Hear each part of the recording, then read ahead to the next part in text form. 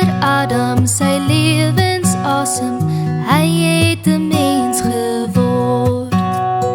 God het gesien Adam is alleen en hy maak toe vir Eva. Eva kom van Adam se ribbebeen en God sê hulle is een. God is goed en lief vir ons, al sondig ons teen hom, kies hy om ons te verlos, selfs al het dit om Jesus gekos.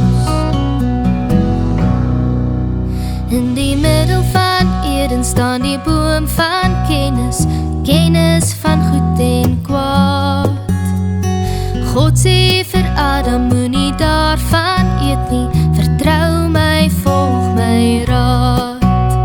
Die slang sê vir Eva, moenie luister nie, jy's vry, doen wat jy wil.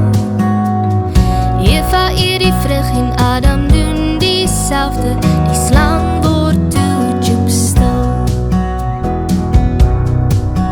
God is goed en lief vir ons, al sondig ons teen hom, kies hy om ons te verlos, selfs al het dit om Jesus gekos.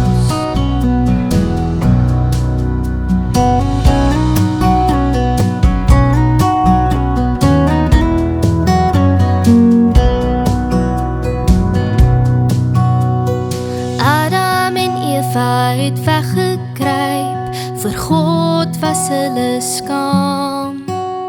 Maar Jesus kan nie sleg gebruik, tot eer van God se naam.